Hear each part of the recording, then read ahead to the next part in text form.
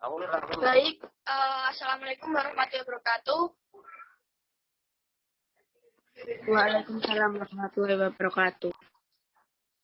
Untuk teman-teman dari kelompok kelas A sama kelompok kelas B, apakah sudah masuk semua ini? Sudah. Baik, kalau begitu, selamat pagi teman-teman.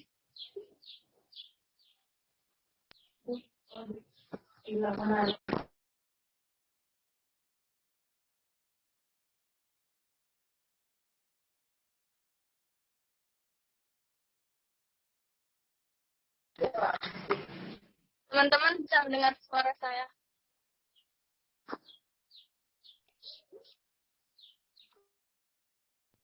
Suaranya patah-patah, Mbak Nana.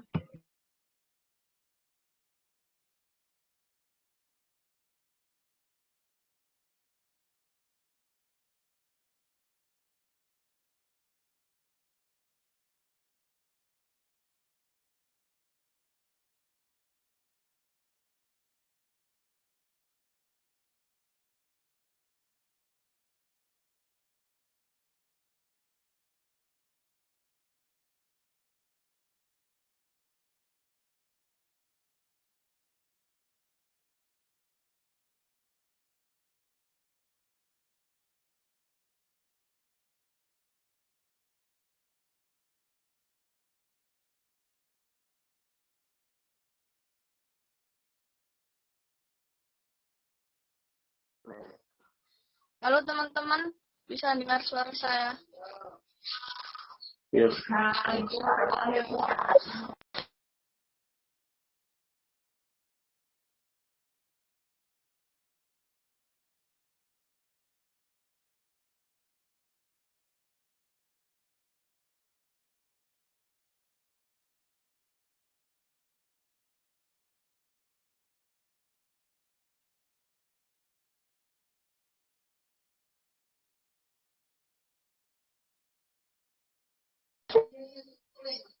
Baik, teman-teman.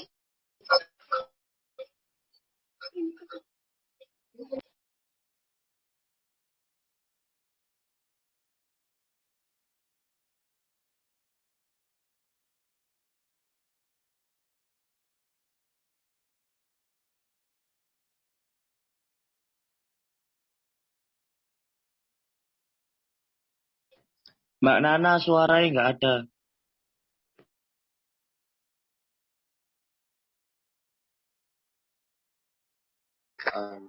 Baik, Assalamualaikum warahmatullahi wabarakatuh. Perkenalkan, nama saya Ramadhana Makfiroh, NIM 20060484018 dari kelas 2020A.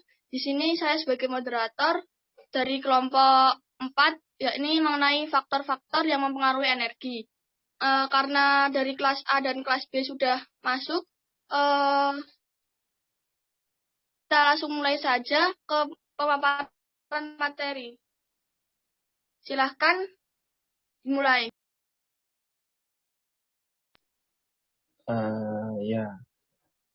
Sebelumnya, Assalamualaikum warahmatullahi wabarakatuh.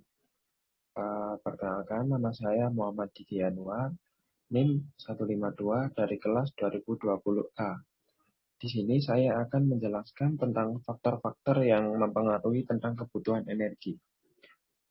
Apa saja sih faktor-faktor yang mempengaruhi kebutuhan energi? Bisa di-next?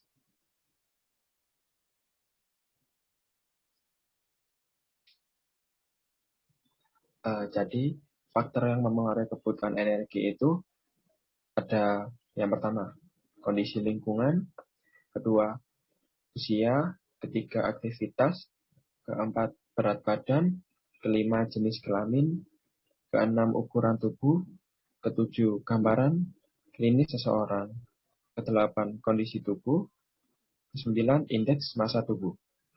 Next.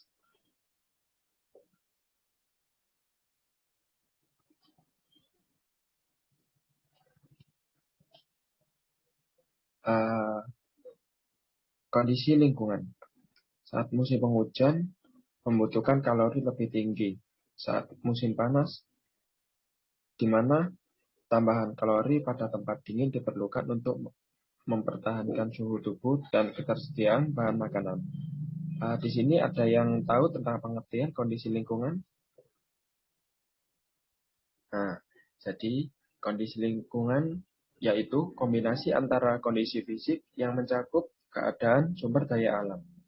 Faktor kondisi lingkungan adalah semua keadaan berbentuk fisik yang terdapat di sekitar tempat kerja, yang dapat mempengaruhi karyawan baik secara langsung maupun secara tidak langsung.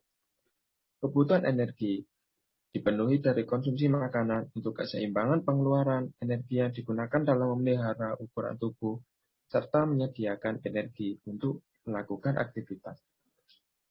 Seseorang dapat beradaptasi dengan suhu di lingkungan sekitar selama beraktivitas fisik, memiliki performa yang stabil. Mengapa demikian? Karena jika respon regulasi suhu tubuh terhadap kondisi lingkungan sekitar tidak berfungsi dengan baik, maka seseorang tersebut menjadi menurun. Contohnya, seperti saat musim penghujan, semua orang membutuhkan kalori lebih tinggi dibandingkan saat musim panas, di mana tambahan kalori tersebut pada tempat-tempat dingin sangat diperlukan untuk mempertahankan suhu tubuh. Next.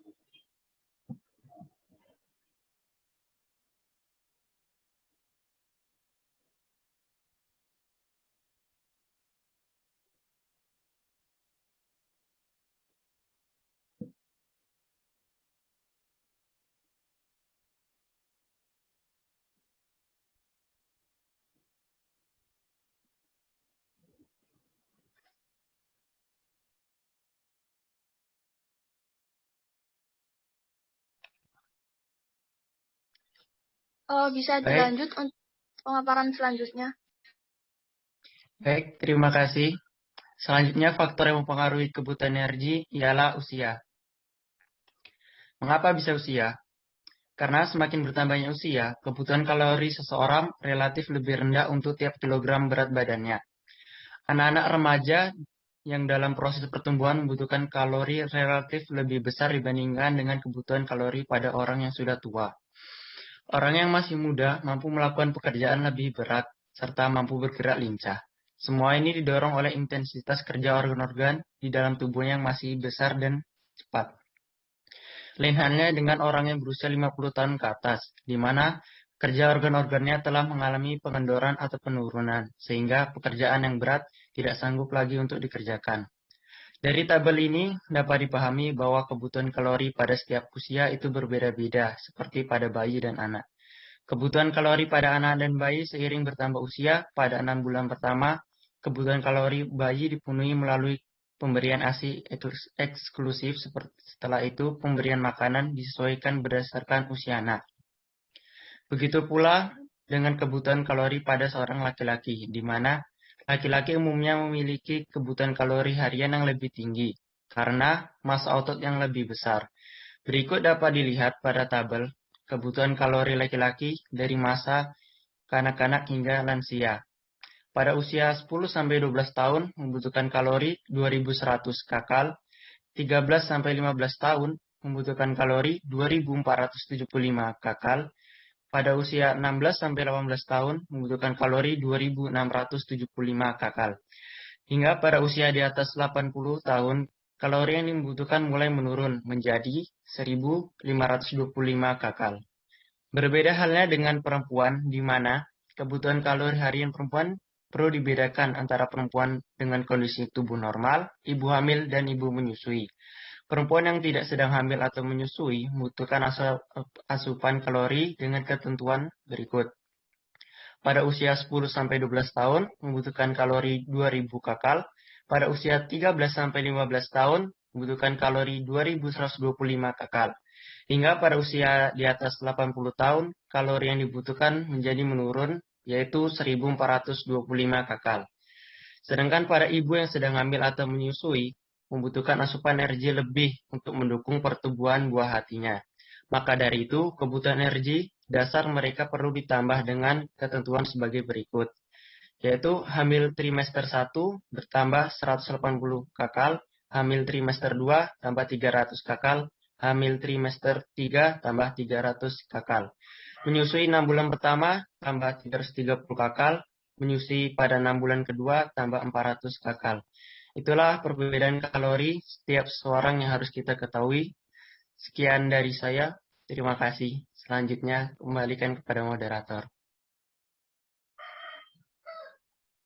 Baik, untuk presentasi selanjutnya silahkan dimulai, bisa dimulai.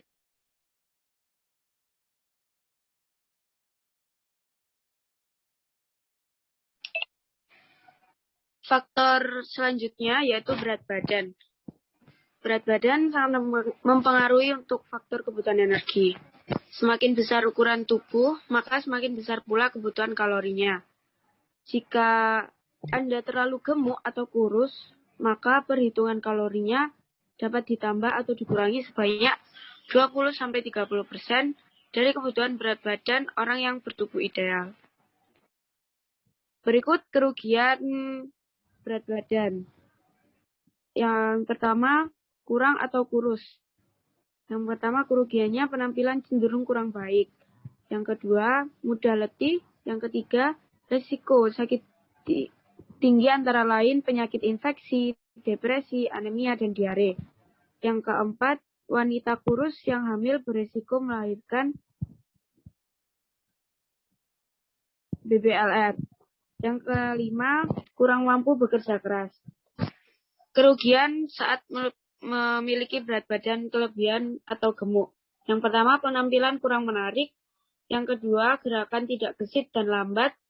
Yang ketiga, mempunyai risiko penyakit antara lain jantung dan pembuluh darah, kencing manis, tekanan darah tinggi, gangguan sendi dan tulang, gangguan ginjal, gangguan kandungan empedu, dan kanker. Yang terakhir, pada wanita dapat mengakibatkan gangguan haid seperti tidak teratur, pendarahan yang tidak teratur, dan faktor penyakit pada persalinan. Terima kasih. Saya kembalikan ke moderator. Baik, untuk presentasi selanjutnya bisa dimulai lagi.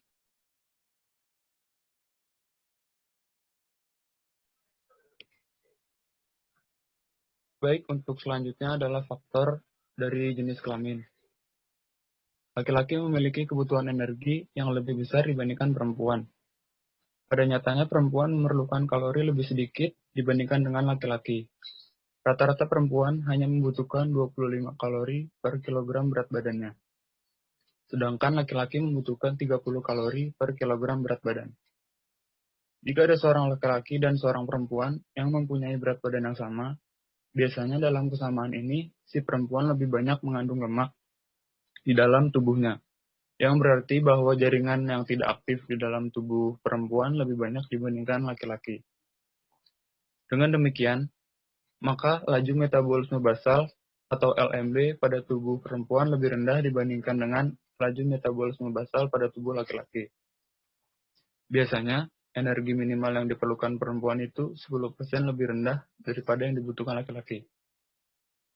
Bahkan setelah masa pubertas perempuan, dalam usia yang sama dengan laki-laki, umumnya mempunyai konsumsi oksigen maksimal yang lebih rendah. Selanjutnya, laju metabolisme basal merupakan kebutuhan energi minimal yang dibutuhkan untuk bertahan hidup pada saat kondisi tubuh sedang beristirahat. Bisa dikatakan jumlah tersebut merupakan jumlah kalori yang dibakar jika kita sedang tidur selama 8 jam. Bahkan saat beristirahat pula, tubuh tetap melakukan pembakaran energi untuk kelangsungan hidup, seperti bernafas, bersirkulasi, melakukan pencernaan, menjaga temperatur tubuh, dan aktivitas otak. Pada intinya, metabolisme basal seorang laki-laki lebih tinggi dibandingkan dengan perempuan. Pada masa remaja, perempuan membentuk lebih banyak jaringan lemak, sedangkan laki-laki lebih banyak membentuk jaringan otot. Sehingga, kebutuhan energi pada remaja laki-laki lebih tinggi dibandingkan dengan remaja perempuan. Kondisi ini membuat remaja laki-laki berpeluang memiliki asupan energi yang lebih, yang dapat menyebabkan gizi lebih dibandingkan dengan remaja perempuan. Sekian dari saya kembalikan kepada moderator. Terima kasih. Baik, untuk selanjutnya silahkan memaparkan materi selanjutnya.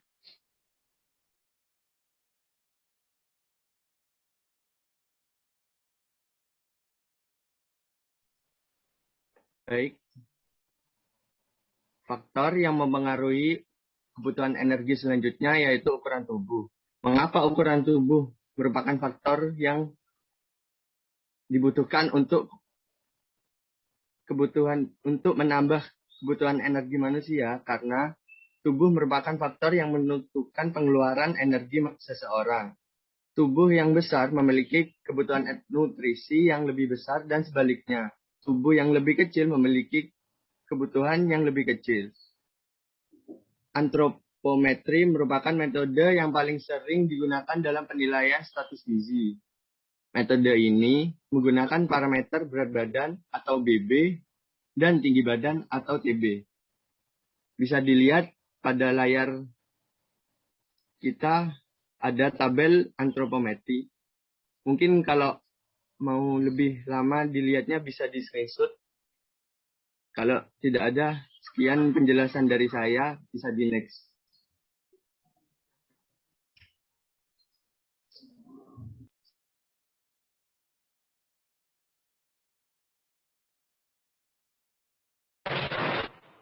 Baik, faktor selanjutnya adalah aktivitas. Semakin tinggi aktivitas seseorang, maka semakin tinggi pula kebutuhan energi. Tingginya aktivitas seseorang akan meningkatkan metabolisme dalam tubuhnya, seperti halnya berolahraga. Pada saat berolahraga, maka kalori akan terbakar. Dan semakin rutin berolahraga, maka semakin banyak juga kalori yang terbakar. Dengan terbakarnya banyak kalori, maka itu akan juga membutuhkan banyak asupan energi. Untuk pada tabel, yaitu angka kecukupan energi ada 3 tingkat aktivitas fisik, yaitu yang pertama ada ringan. Pada laki-laki 75% waktu digunakan untuk duduk atau berdiri, 25% waktu untuk berdiri atau bergerak, yaitu untuk faktor aktivitas adalah 1,56. Untuk perempuan faktor aktivitasnya adalah 1,55. Untuk kelompok aktivitas sedang, untuk laki-laki 25% waktu digunakan untuk duduk atau berdiri, 75% waktu digunakan untuk aktivitas pekerjaan tertentu. Untuk faktor aktivitas untuk laki-laki yaitu 1,76, untuk perempuan 1,70. Untuk kelompok aktivitas berat, untuk laki-laki jenis kegiatan 40% waktu digunakan untuk duduk atau berdiri, 60% waktu digunakan untuk aktivitas pekerjaan tertentu. Terkait faktor aktivitas untuk laki-laki yaitu 2,10, untuk perempuan 2,00. Sekian dari saya.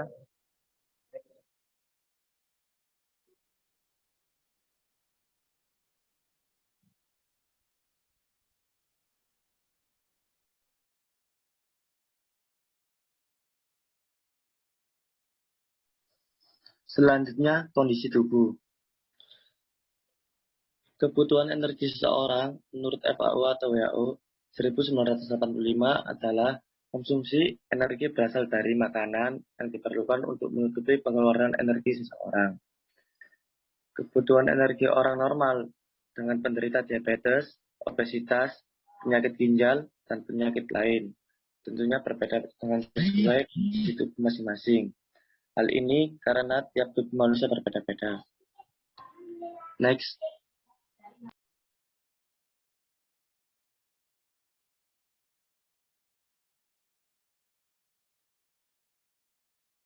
Oke. Mengingatkan untuk waktunya tinggal 10 menit ya teman-teman. Baik, faktor selanjutnya adalah faktor gambaran klinis seseorang. Gambaran klinis yang dimaksud adalah hubungan dengan status kesehatan seseorang. Kebutuhan energi orang yang sehat dengan penderita penyakit tentunya berbeda. Bagi orang yang mengalami penyakit kronis, kebutuhan kalori akan meningkat. Makan harus banyak dan kandungan nutrisinya juga harus tercukupi. Terkadang dibutuhkan konsultasi dokter untuk memastikan seperti apa makanan yang cocok. Bahkan dalam beberapa kondisi sangat dianjurkan untuk mengonsumsi suplemen. Lalu di bawah ada tabel BMR. BMR sendiri berartikan basal metabolic rate, yaitu adalah kebutuhan minimal energi untuk melakukan proses tubuh vital. Proses tubuh vital meliputi mempertahankan tonus otot, sistem peredaran darah, pernafasan, metabolisme sel, dan mempertahankan suhu tubuh.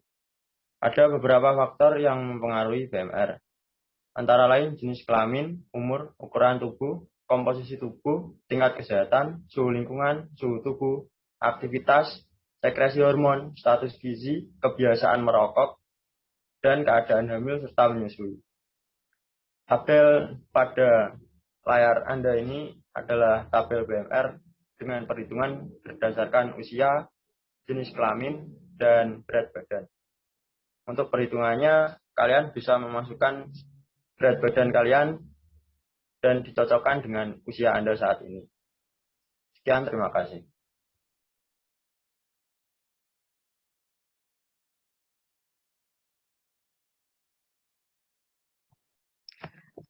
Indeks massa tubuh.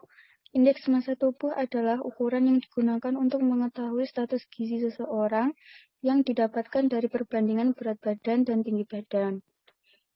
Penggunaan indeks massa tubuh atau IMT ini hanya berlaku untuk orang dewasa berumur di atas 18 tahun. IMT tidak diterapkan pada bayi, anak remaja, ibu hamil, dan olahragawan. Samping itu, IMT tidak bisa diterapkan pada keadaan khusus atau penyakit lain yang seperti edema, asites, dan hepatomegali. Batas ambang IMT ditentukan dengan merujuk ketentuan FAO atau WHO yang membedakan batas ambang untuk laki-laki dan perempuan. Batas ambang normal laki-laki adalah 20,1 sampai 25 dan perempuan adalah 18,7 sampai 23,8. Next.